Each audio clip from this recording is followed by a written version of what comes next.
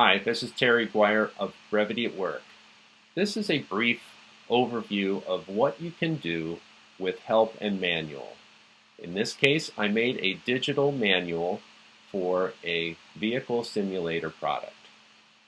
I tried to keep this very streamlined with just a few sections on the left-hand side, navigation. You can click on those sections to open them and reveal topics. We're going to walk through some of them right now. We go to the purpose section. It gives us an overview of what is contained in each section with brief text. In this case, we go to the appendix and we can see how we can make use of video. Video can be used for so many different purposes, especially for those guides that are giving how-to information. In the safety section, we're demonstrating the use of a toggle where if there's a lot of information on a page, we can summarize it into a heading. And in this case, if we click on the warnings, high severity of risk, we can then open that section. And then, of course, you can click the little minus sign for that box and go back to the collapsed version. At the beginning of the sections, I wanted to give a brief idea of what questions you can have answered in that section to provide motivation for checking that section out. We want to make things as visual as possible. It's a physical product. We want to give a quick rundown of that product, and in this case, each of those sections of the product that are shown in the diagram correspond to sections that they can click on and learn about. Going to one of them, we see a process for starting the vehicle. We keep the text as concise as possible and tie it in with the diagram so it's easy to absorb the information. And that's true also if we're working with software such as the software that the simulator instructor uses to set up the lessons for the students. Here we've got a visual that shows the whole dashboard, and each of these is a hyperlink. You can click on that section. We're going to click on main instrument panel indicators, which takes us to this. And again, using visuals to make it very easy to distinguish what's coming next, what we can click on. We can see the gauges, the indicators on the left side of the speedometer and right side, and then below we can see those as well with the toggles. And if we click on one of the toggles for gauges, we're taken to this page.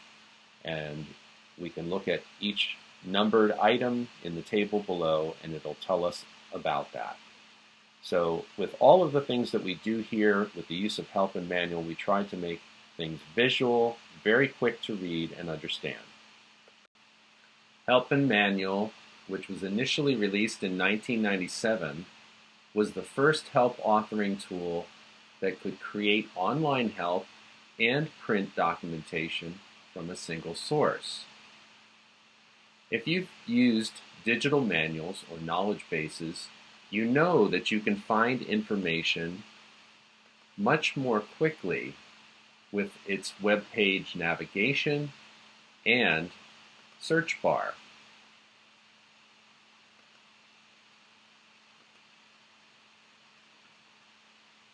Help and Manual lets you create these with almost the same ease as if you are working in a word processor such as Microsoft Word.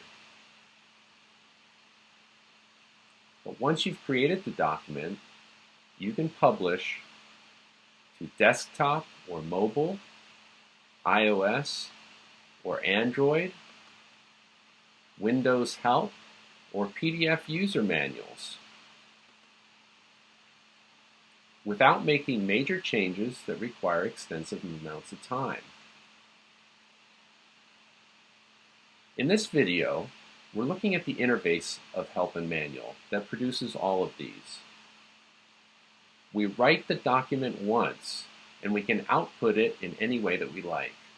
I won't bore you with the buttons for formatting text, images, and video because they're so similar to what you've already used in Microsoft Word.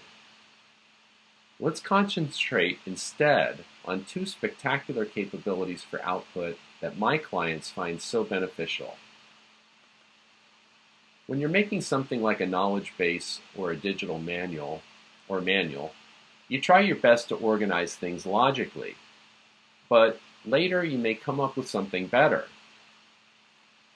And trying to reorganize this with something like Microsoft Word or Adobe InDesign is a real hassle compared with what we can do with Help and Manual. So what you're looking at here is the original table of contents that I used to organize the digital manual that I made for a driver simulation system. And it seemed pretty good, but as I started to think through it, I came up with what I considered to be a simpler way of doing it. And with Help and Manual, it was easy. All I had to really do was create a different table of contents. And that was really one click. And then I could move my topics around within that table of contents. All the topics were unchanged. The only thing that changed was the order, which was a tremendous time savings. So then I published both versions of the digital manual for my client, and I let them compare which organization they liked better. And they agreed with me. This new table of contents worked better. But the ability to have multiple tables of contents doesn't just help with the situation that I described. It also helps with another situation that clients benefit from. You may have different customers that use your products, and you want to give them a custom branded guide. You can add or delete topics according to their needs to this second guide, or third guide if you have more customers, and you don't affect the original guide.